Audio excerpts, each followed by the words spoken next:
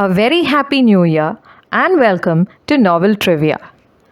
Trivia means interesting information, details or snippets that are very intriguing. Writers often convey interesting details or snippets of information in their novels.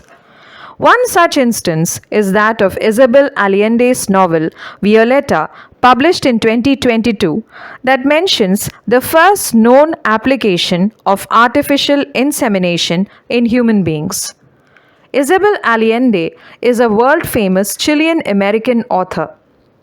She has this tradition of beginning her new novel every year on the same day, that is, on January 8. It was on January 8, 1981, that she wrote a letter to her ailing grandfather in Chile. The author was in political exile, living as a refugee in Venezuela, far away from Chile. She had no opportunity to go back and meet her dying grandfather. Sad and depressed, she wrote a letter that was a spiritual letter and a memoir too, which later on progressed to become her first novel, The House of Spirits. Since then, she begins her new work every year on January 8. The events of Violeta begin in 1920 in a large, rambling, more or less dilapidated house called Camellia House. The house does have electricity and modern toilets, but it is gradually falling to pieces. The scope of the novel is vast. It begins with the Spanish flu, which arrived in South America in 1920. The protagonist of the novel, Violeta del Valle, was born in 1920. It is in the form of a letter from a grandmother to her beloved grandson.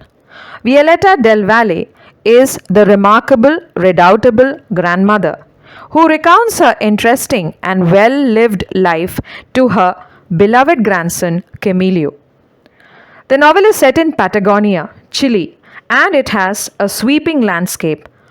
It takes us from Chile to Argentina, to the United States, to Norway, and even Antarctica. It comments on communism, socialism, dictatorships, military coups, disappearing people. It talks about violence. It talks about all these things, and it also talks about artificial insemination.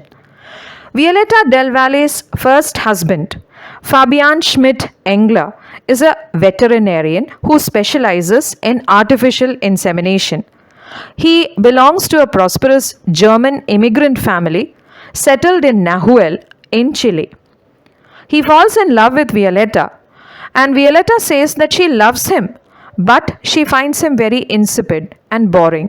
And she is not in love with him, although she does like him. But they get married because of Fabian's persistent wooing. And when they do not have children, even after a few years, Fabian feels deflated.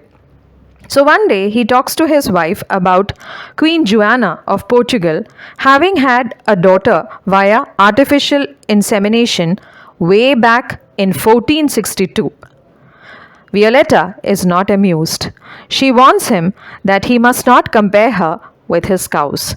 With that, all talk of Queen Juana stops. But then, who is this Queen Juana of Portugal who had a daughter via artificial insemination way back in 1462?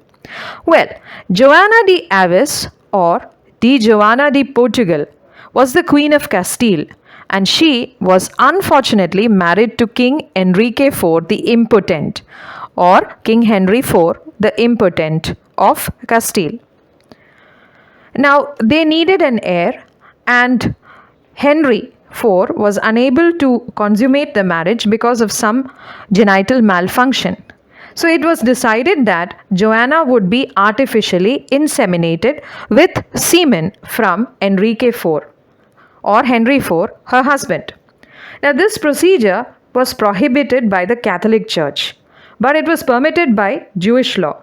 So the procedure was said to have been performed by a Jewish physicist. This happened on February 28, 1462, and soon a daughter Juana de Castile was born to the king. And later on, what happened was she was accepted by Pope Pius II as a descendant of Enrique IV and Juana. Despite this, Di Juana was exiled by the king, and he blamed her for having extramarital relations. Juana was exiled from the palace. She and her daughter soon disappeared. Nothing remains of the mother and daughter's remains because the buildings in which they were buried, those buildings were also completely demolished.